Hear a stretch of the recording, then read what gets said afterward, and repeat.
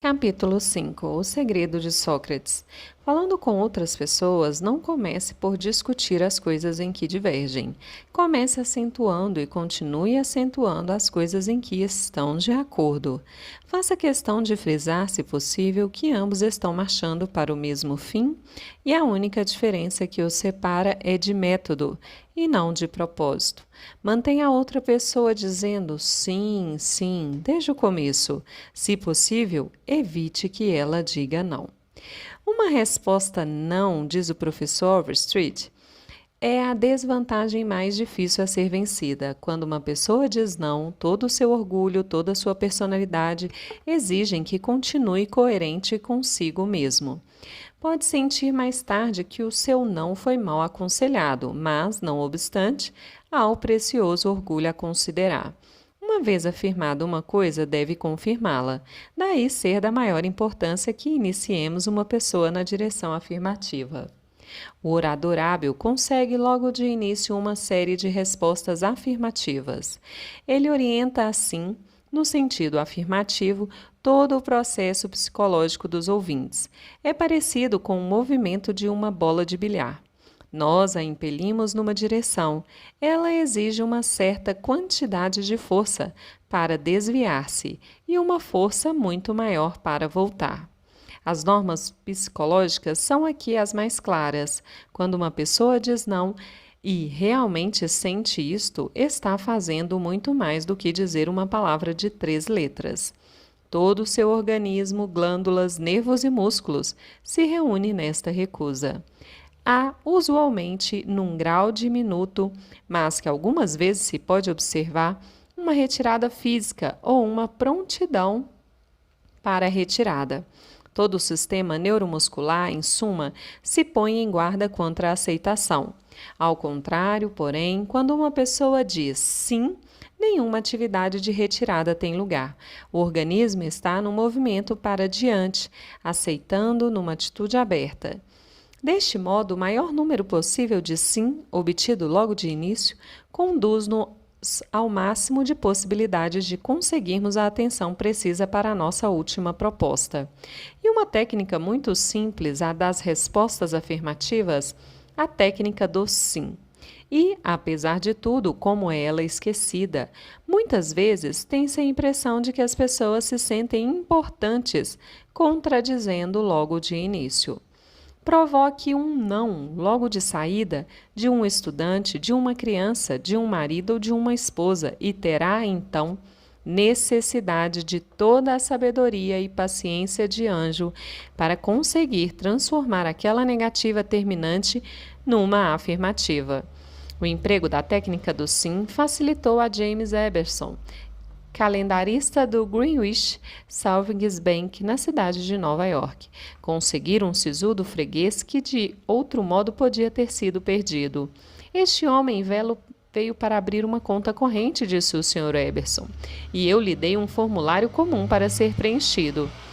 A algumas das perguntas respondeu prontamente, mas a outras se recusou terminantemente a responder.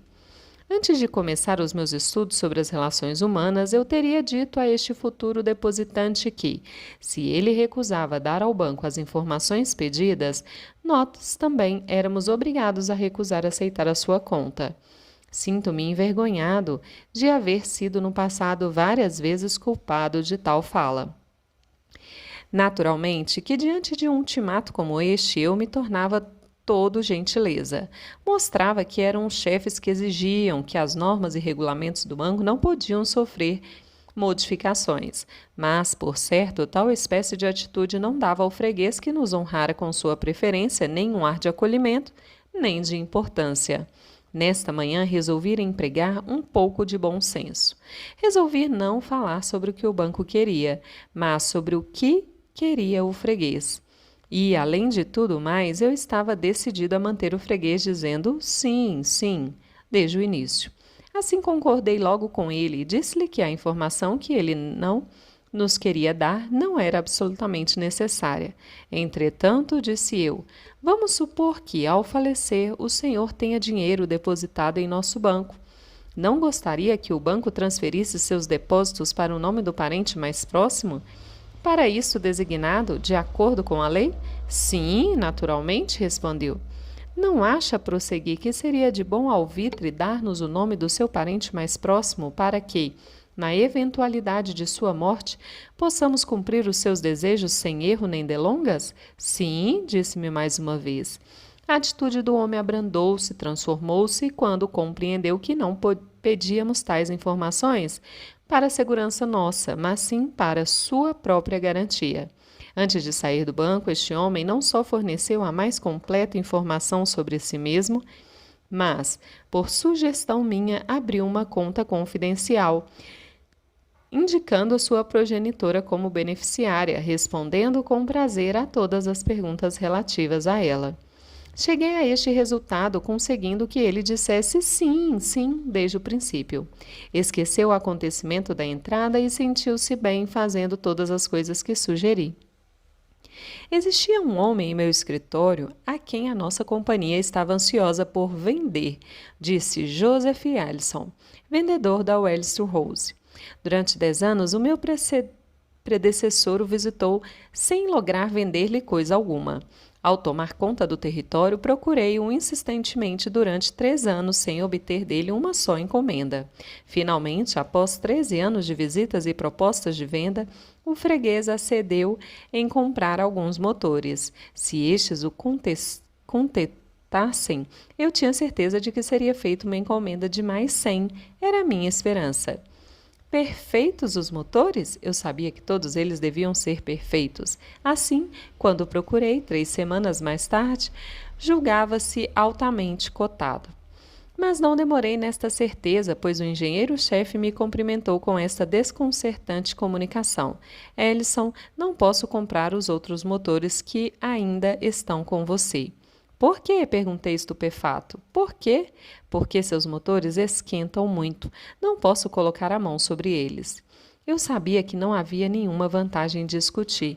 Procurei, pois, afastar para o mais longe possível tal coisa. Assim, pensei logo em conseguir o máximo de respostas sim, sim. Bem, agora, Sr. Smith, eu disse.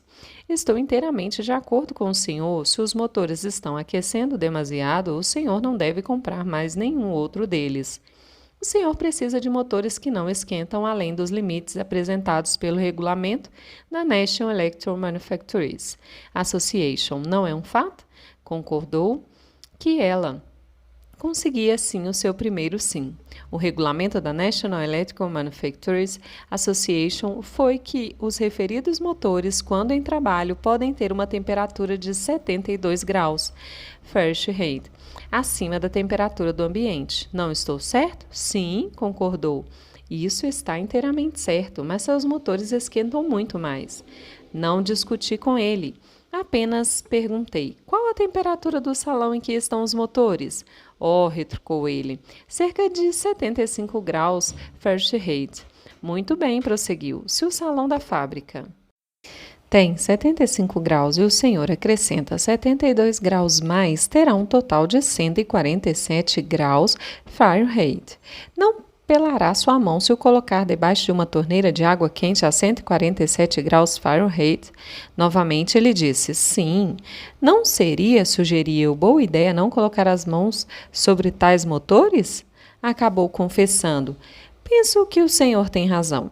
Continuamos conversando por mais alguns instantes. Chamou então seu secretário e ordenou uma encomenda no valor aproximado de $35.000 para o mês seguinte. Até que eu chegasse a compreender que não há vantagem alguma em discutir, perdi anos de trabalho, perdi inúmeros negócios, os quais, somados, se elevam a alguns milhares de dólares. É muito mais interessante, muito mais proveitoso ver as coisas do ponto de vista da outra pessoa e procurar conseguir que ela diga sempre sim, sim. Edward Snow, que é o responsável pelos nossos cursos em Oakland, Califórnia, conta como se tornou um bom comprador de uma loja porque o proprietário conseguiu que ele dissesse sim, sim. Ed estava interessado em caçar um arco e havia gastado uma soma considerável em equipamentos que encontrou numa loja especializada local. Quando seu irmão visitou, quis alugar um arco para ele naquela mesma loja. Os vendedores disseram-lhe que não alugavam equipamentos. Ed telefonou para outra loja. Ele assim descreve o que aconteceu. Um cavalheiro muito gentil atendeu o telefone. A resposta do homem quanto ao aluguel de equipamento foi completamente diferente da anterior. Disse que sentia muito, mas não alugavam arcos havia muitos anos. Perguntou-me se eu havia alugado alguma vez antes. Respondi, sim, há muitos anos atrás. Ele fez-me lembrar que, provavelmente, devia ter gasto de 25 a 30 dólares pelo aluguel. Disse sim novamente, perguntou-me se eu era uma pessoa que gostava de economizar dinheiro. Naturalmente, respondi com um sim. Ele prosseguiu explicando que tinham conjuntos de arcos completos à venda por 34,95 dólares. Assim, com 4,95 a mais, em vez de alugar, poderia comprar um equipamento completo. Ele explicou que, por aquela razão, tinham parado de alugá-los. Então, não achava eu aquilo razoável?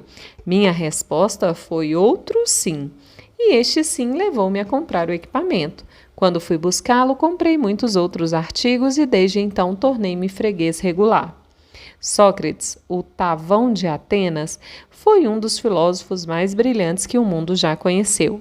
Realizou alguma coisa que apenas um punhado de homens na história conseguiu fazer.